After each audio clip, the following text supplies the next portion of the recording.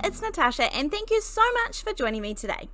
Well, I will admit I'm going to use something today that I am sometimes a little bit nervous to use. I'm going to be using some layered stencils with dies, with coordinating dies. There are no stamps that go with this set at the moment, but I'm going to give you a spoiler alert. This blew me away. I don't say that often, but I love the design of these.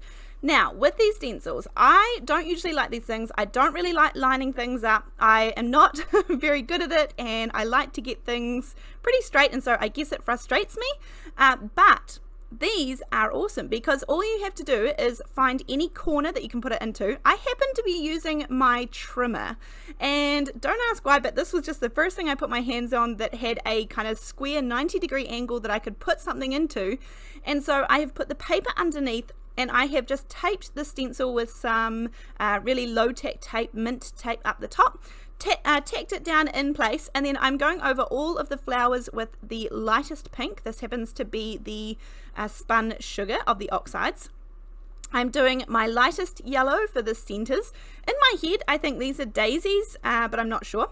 So there are 4 flowers and then 2 of the centers, and then there are some extra little stems, some leaves, and those sorts of things. Now, whilst I kind of had everything going, I thought I may as well do another one. So I just lift the stencil up, pop it straight back in, but all I wanted from this one was the flowers. Now, because I've gone from a light pink, I can easily go to purple without having to clean my stencil off.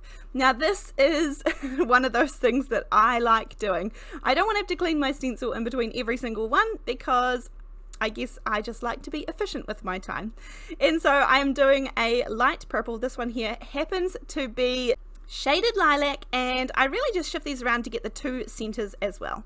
Now, as I said, I'm not a big fan of lining things up, but here I just put back my first one in and then butt it right into the corner. Then I take number 2 stencil and I butt that right up into the corner, pop a little bit of tape to hold it in place, and then come in with my second layer. The second layer here happens to be worn lipstick. That's for the pink. And then for the yellows, I think I did squeezed lemonade was the bottom layer, and then I did mustard seed, and then I did wild honey for the top layer of the centers there. So really it's just adding dots and things, and then a little bit more on the leaves.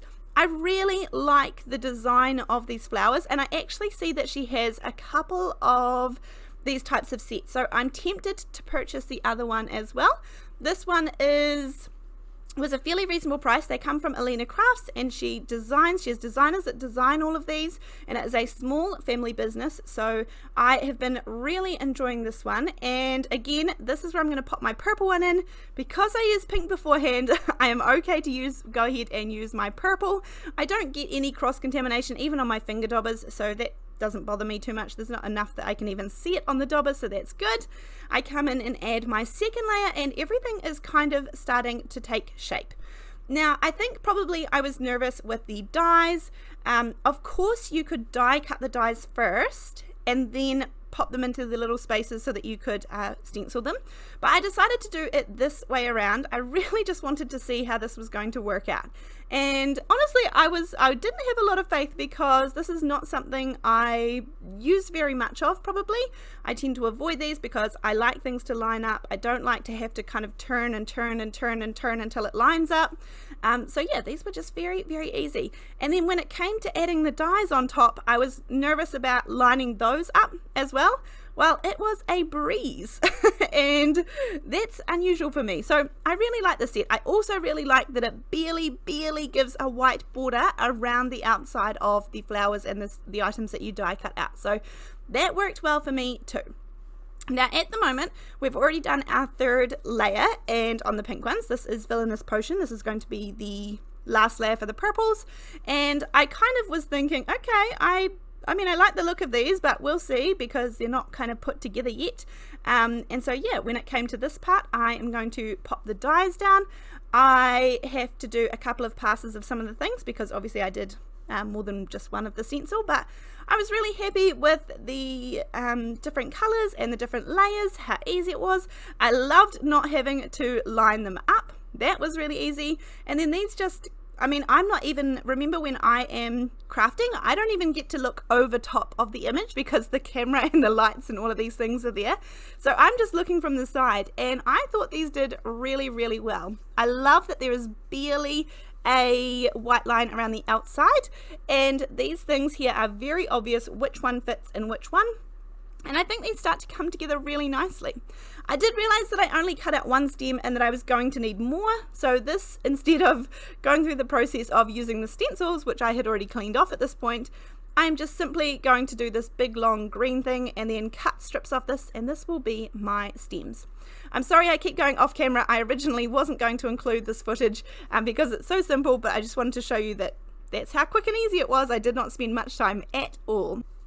Now when it comes to the backgrounds here, I'm going to show you a couple of things. This background stamp is quickly becoming one of my favorites. This is the Stippled Circles from Simon Hurley. I'm using some Morning Mist VersaFine Clear ink. Now this is just a grey pigment ink. It's going to stamp beautifully because it is a pigment ink, and I'm going to get this gorgeous pattern. I think this is really eye-catching. I really like this. But before you go and wipe off all of the ink that you've just got around the outside of the stamp, put in a fresh piece, stamp down again, and you're going to get the second generation of the ink. And I think this one is just as good as the first one, and it purely looks like you've used a lighter color of gray ink. It's stamped perfectly, everything was perfect there, so I really like that background too. So there's the darker one on the right and the lighter one on the left. First generation and second generation. Remember, particularly from pigment inks, you can always get a gorgeous second generation stamping, which is often an entire shade lighter, and it makes it look like you had two ink pads when you really didn't. So I'm going to do the same thing again. This one is a lot more fine detail, and I missed a little bit up the top there, so I had to press down a little bit harder. There is one good thing about using the stamping platform, that's for sure. I've used the same color for this one, but just because I wanted to create a pretty neutral background. Now I turned it over to try and get a second generation stamping, and this one came out fine. I could definitely use this, but it was pretty light, and I think that's because there was just little dots. Rather than, I think the other background is a little more bold and saturated, so I definitely like the other one a little bit better for the second generation stamping. But nonetheless, when it comes to putting these flowers together, I simply put a little bit of foam tape on the tops, and this happens in seconds. I like it when I don't have to add lots and lots of layers to get, you know, I don't have to piece together lots and lots of things. I know that that is definitely some people's thing, and I totally respect that. In fact, I admire that you have the patience to die cut all the little pieces. I'm not very good at that, so I tend to stick with what I'm better at and what I enjoy. Crafting is about what I enjoy, of course, and I just share it with you all in case it's something that you enjoy seeing as well.